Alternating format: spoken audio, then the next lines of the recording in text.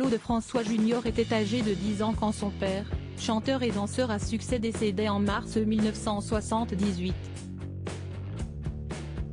Depuis, il gère son héritage et ses affaires. Ainsi, pour les 45 ans de l'anniversaire de la mort de Clo-Clo, son fils aîné rendra hommage à la sortie du disque Magnolia Forever. Préférant célébrer les chansons de son père que son décès, Claude François Jr. sortait ce vendredi 24 février, un double vinyle blanc collector, French Disco Icon.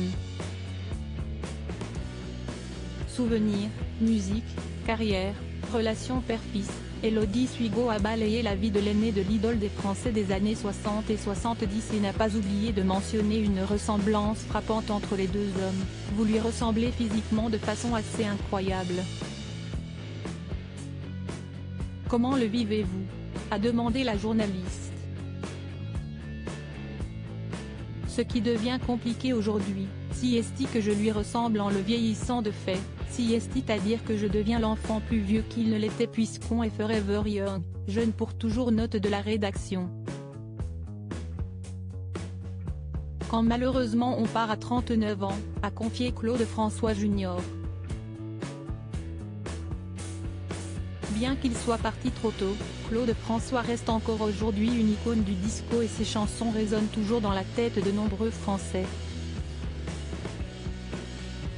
Un patrimoine que les enfants de l'interprète de cette année-là perpétuent en initiant de nombreux projets. À l'approche du 45e anniversaire de sa mort, son fils aîné s'est étendu sur certains d'entre eux au micro d'RTL ce dimanche 26 février.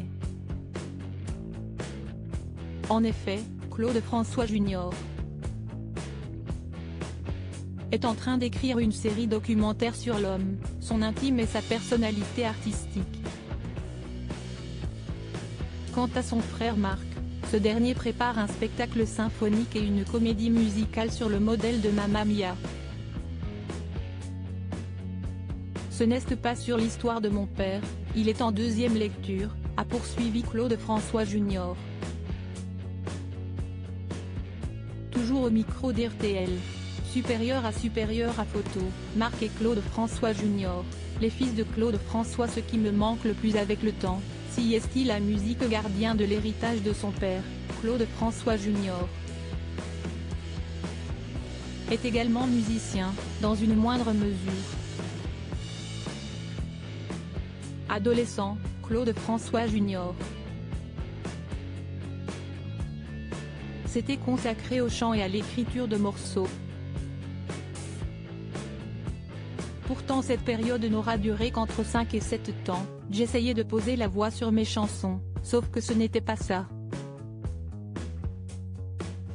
Donc je n'avais pas la voix et puis, je n'avais pas l'envie dans le bide d'aller sur scène, d'aller défendre cette musique et à un moment donné, pour faire ce métier, il faut ça, a-t-il confié au micro de Radio France. Avec le temps, le producteur s'est rendu compte qu'il regrettait cette décision, mais se réjouit que ses enfants prennent le chemin de la création musicale.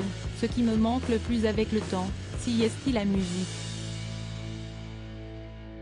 Et je dis à mes enfants, à l'adolescence, si vous voyez poindre en vous une passion, quelque chose qui vous anime vraiment, sur laquelle vous ne compterez pas votre temps, ne laissez pas la vie vous l'enlever parce que vous le regrettez, à un moment donné.